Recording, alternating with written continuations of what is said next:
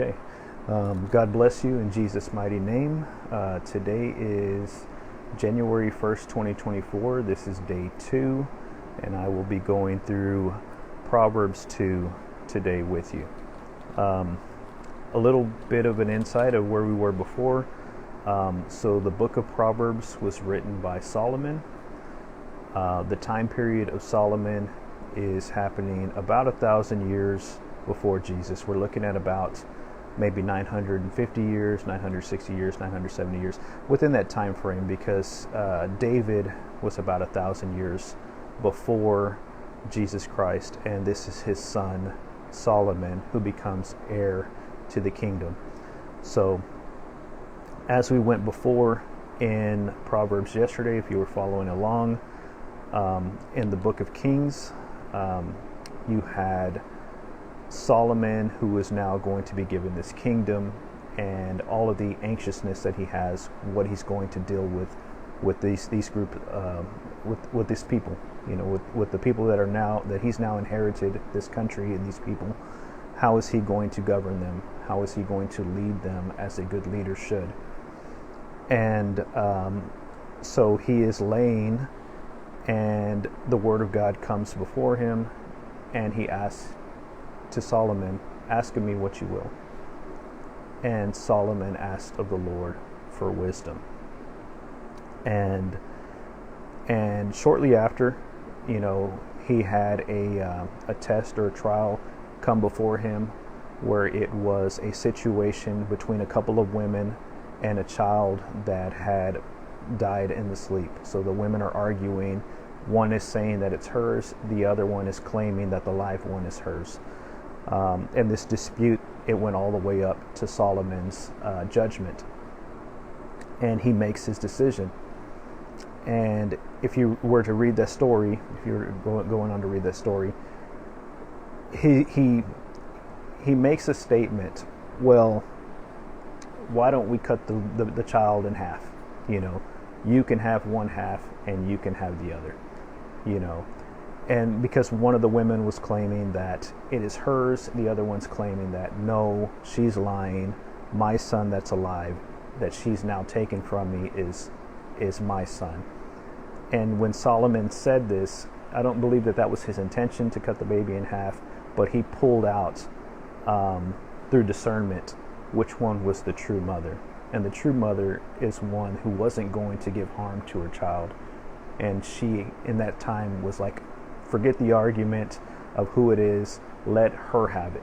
I would rather her have my child alive than you cut my child in half, than you kill my child. And in that moment, Solomon had stated, well, this must be the true mother, because the true mother would rather, give her child to someone else than have anything happen, any harm come to that child. Which wow, it's kind of interesting, when we go through things like abortion and certain topics that are going on in this world, there's always that option to give that child, up for adoption or so on, as opposed to having some harm or something happen to a life in this world.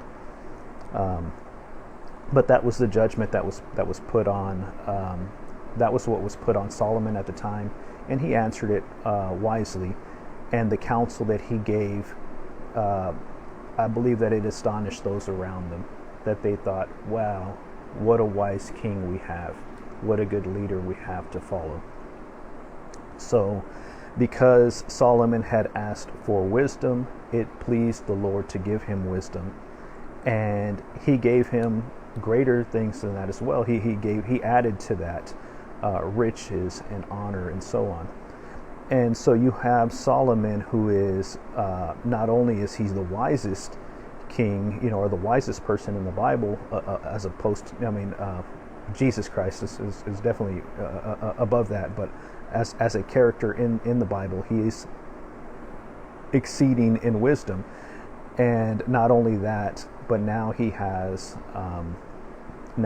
great riches and honor, and he becomes the wealthiest person in the Bible of all time as well. So if you are taking notes at some point, you may highlight or write down bits and pieces of Proverbs, because a lot of people do. They categorize, what is keeping me healthy, what is keeping me wealthy, what is keeping me prosperous, and they'll highlight certain attributes and look them over and say, biblically speaking, this is counsel that I should have that can make me prosperous in certain ways. So the Proverbs do have a lot of those things in many ways. But going into Proverbs 2, or actually leaving off from Proverbs 1, we go into the part where Solomon is describing the importance of wisdom. He wants you to gain understanding. He wants you to have that foreknowledge before you run into a situation that puts you into danger and puts you into harm's way. And so if you are following God's counsel, if you are listening to that in your spirit that says this is the right thing to do, as opposed of going and making a wrong choice, this is the wrong thing to do, I shouldn't be doing this, then that's what you need to attain to. You need to attain to where God is leading you into life and into safety. And so going into chapter 2, he's still continuing with that. Hold on to these counsels, hold on to this grass.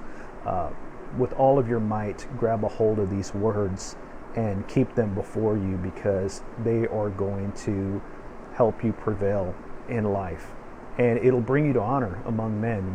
If you are living in a godly way, in a godly life, those around you may recognize that and see that. If you're doing so at your job, or if you're doing so around there, it may take notice of those, that this person is someone who isn't lazy, or somebody who is trying to do more for themselves. They put it all because their foundation is fit on the Word of God. Everything that they carry is fit on God's Word. So I have my Bible with me right now, and I have two versions on one side. I have the King James and I have the Amplified version, and I'm kind of deciding which one to go with, because I want to be able to tell you the best way that I'm able to. But I think we may try to gain the most of it just kind of by reading it beforehand, or just going through it. I think we'll kind of pick up on what he's trying to say. And for the most part, it is hold on to wisdom, and with all your might, hold on to understanding. In everything, have your integrity set before you. Be somebody who lives up to these words and these standards, and know that God is with you in that. Do what is right. So I'm going to go ahead and start with chapter 2, verse 1. It's a small chapter, so I'll probably get through this one pretty quickly here. But I pray that we hold on to what we're learning here and continue where God is leading us. So chapter 2 of Proverbs, verse 1, and this is Solomon speaking, and he's maybe speaking to the reader, and a lot of the ways that he talks could be like a father does to a son, or even advice that he got from his dad, David, beforehand. So chapter 2, verse 1, my son, if thou wilt receive my words and hide my commandments with thee, so that thou incline thy ear unto wisdom and apply thine heart to understanding. Yeah, if thou criest after knowledge and liftest up thy voice for understanding, if thou seekest her as silver and searchest for her as for hid treasures, then shalt thou understand the fear of the Lord and find the knowledge of God. So just going off of verse 1 through 5, we have him exuding on the importance of holding on to these words. Give all of your ear to understanding. Apply all of your heart to understanding, to wisdom. Search for her. Cry for her. Bring all of your being into wanting to know what this is. And just like you would be searching for gold or for silver, do that for wisdom, because these are the words of life. This will have you lengthen your days in this world, as opposed to making poor choices that can take you to a path of either death or locked up in prison or something along those lines. You want to have this understanding of this foreknowledge beforehand, and not just know it, but know it and choose to do what is right with it when the time comes, when you're set before those times. And so going into verse 6, it goes, "For the Lord giveth wisdom, out of his mouth cometh knowledge and understanding." Wisdom comes from the Lord. He gives knowledge and understanding. And Solomon wanted that, and God bestowed it upon him. And Solomon, 970 years before Christ, so we're looking at 2,000, almost 3,000 years before our time today, had preserved that in a book called Proverbs, to where we can go back and look at these beforehand and not have to make poor choices in life and stumble in those the hard way. So verse 7 says, "He layeth up sound wisdom for the righteous. He is a buckler to them that walk uprightly." Or you can say, "He is a shield to them who walk uprightly. He keepeth the paths of judgment, and preserves the way of the saints. Then shalt thou understand righteousness, and judgment, and equity, yea, every good path. When wisdom entereth into thy heart, and knowledge is pleasant unto thy soul, discretion shall preserve thee, understanding shall keep thee, to deliver thee from the way of the evil man, from the man that speaketh froward things, who leave the paths of uprightness to walk in the ways of darkness, who rejoice to do evil, and delighteth in the frowardness of the wicked, whose ways are crooked, and they froward in their paths, to deliver thee from the strange woman, even from the stranger which flattereth with her words, which forsaketh the guide of her youth, and forgetteth the covenant of her God. For her house inclineth unto death, and her paths unto the dead. None that go unto her return again, neither take they hold of the paths of life. They don't consider life. They just go right through it. That thou mayest walk in the way of good men, and keep the paths of righteousness. For the upright shall dwell in the land, and the perfect shall remain in it. So, just kind of following up where he's going here is grab hold of wisdom. Seek the advice of these words. These words are warnings to you. They are preventing you from a life of harm, from hardship that comes down the road, if you will grab a hold of it and really hold on to it. If it means that much to you, to extend your life, to keep you from danger, to keep you out of ways that are going to harm you, your name, your family, your reputation, then you're going to hold on to sound judgment and righteousness. God is there He wants you to know this. He doesn't want you to have to go through this. And some people have gone through this and have lost it all. It's broken up families. It's broken up. People have gone into prison. They've gone into jail. They've gone into hardships because they didn't hold on to this advice. They didn't hold on to wisdom. They allowed other people's thoughts and actions direct their steps, and they took their advice and went down that path. And this is one that is, it's telling you not to go in that way, not to go in that direction. So, an example, we're going to go back to verse 12. To deliver thee from the way of evil men, from the man that speaketh froward things, who leaves the paths of uprightness to walk in the ways of darkness, who rejoice to do evil and delight in the frowardness of the wicked, whose ways are crooked and they froward in their paths. So this is a gentleman, or this is a man who's wanting to pull you away from doing what's right. You know, if you are wanting to live a right life or do your 9-to-5 job, and then this person is influencing you and saying, man, forget that, I know a quick way that we can go and get money, you know, that's just laughable. You work all week to get your hard-earned money, and we can do this and get the same amount in a day. You know, why go about it that way when I can take you this way? Come listen to me, man. This is the easy way. This is the better way to go. And they're mocking you because you're choosing to take the upper road and to walk a better path.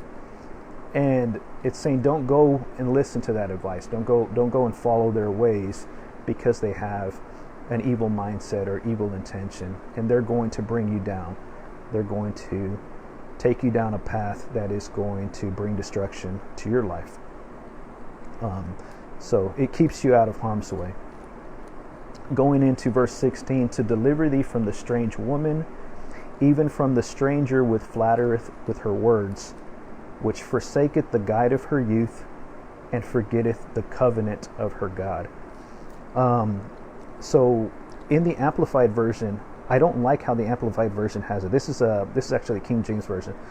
The Amplified Version has, to keep you from the immoral woman, from the seductress which flattereth with her words, who leaves the companion, and it says husband, of her youth, and forgets the covenant of her God. So to me, this sounds like an adulterous woman when it says leaves the companion of her youth, and it quotes husband here. There are, well, more so, I see this as just being young. I remember being younger, middle school, high school, you know, well, even before high school, middle school, elementary, and so on. And, you know, people brought up their daughters, and they wanted them to be, you know, they wanted them to be nice girls growing up, you know, good women, you know, someone to look up to. You know, if you were somebody who slept around other girls, you know, or so on, they would make fun of you or call you names or something. You're a HOE, or you're a this, or you're that. And when it was found out that you went and did these things, it brought shame to you. You know, if you got pregnant early or something happened, you know, it brought that shame to you as a woman, or you were looked at as that. And in the eyes of many guys, you were probably looked at, well, this girl sleeps around, and maybe I have better odds of going with this person, or so on.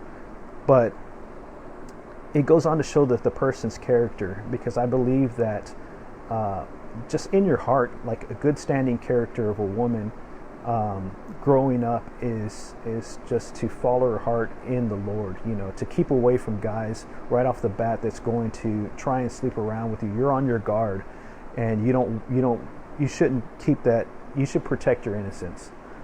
And so when it says something along the lines of forsaking the guide of her youth, I see that as forsaking the covenant or the promise that you made with God, that you are going to walk honorably, you know, because that's where your heart's telling you that you should be, you know.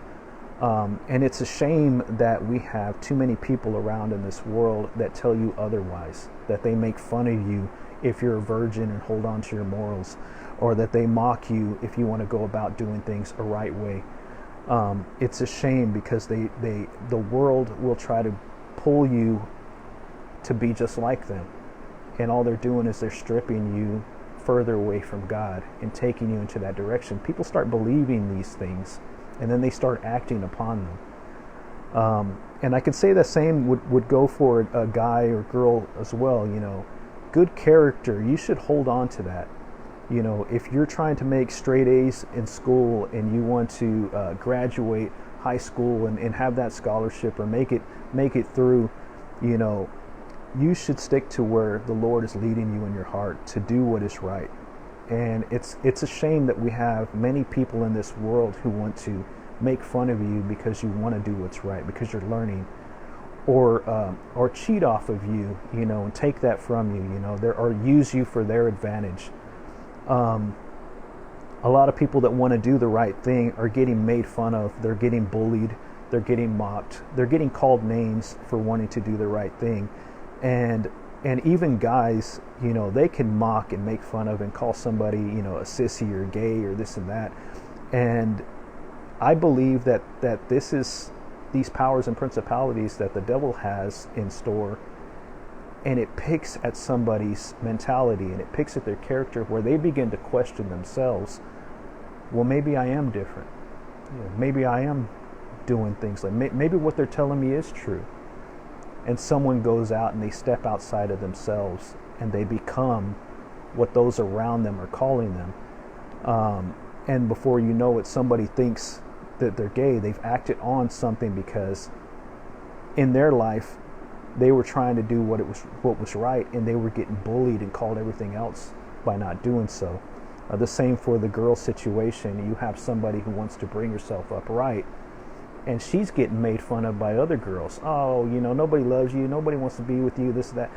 And they go and try to make themselves be more presentable to guys, and now they're getting used and abused and looking for love in all the wrong places, and they can't hold on to who they were before. So when I read that verse,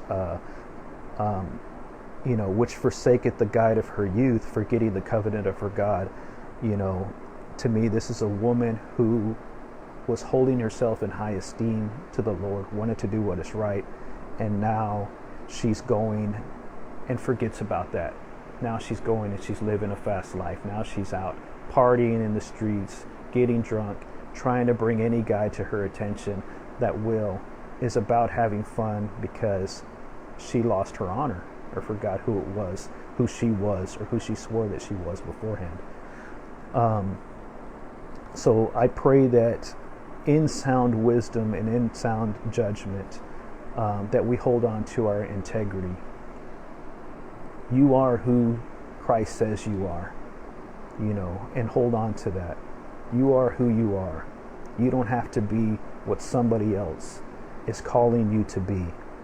You are who you are in the Lord, and hold on to that and know your place and stand firm in your integrity.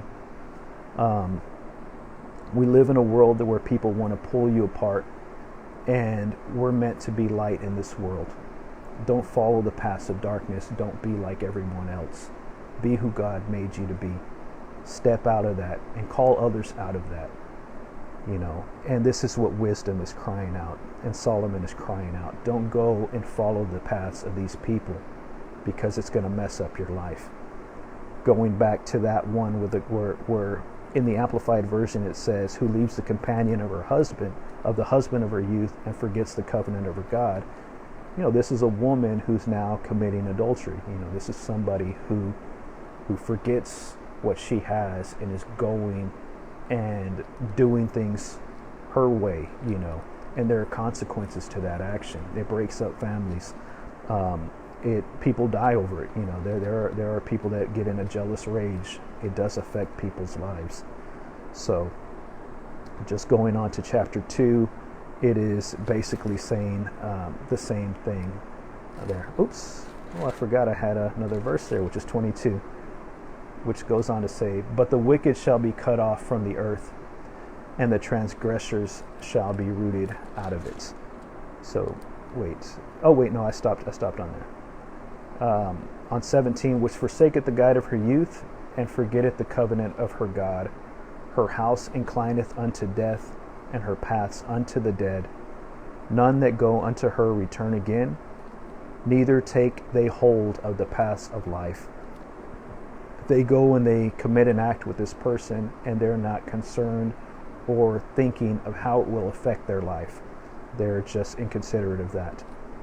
And then it goes on to verse 20, that thou mayest walk in the way of good men, and keep the paths of righteousness.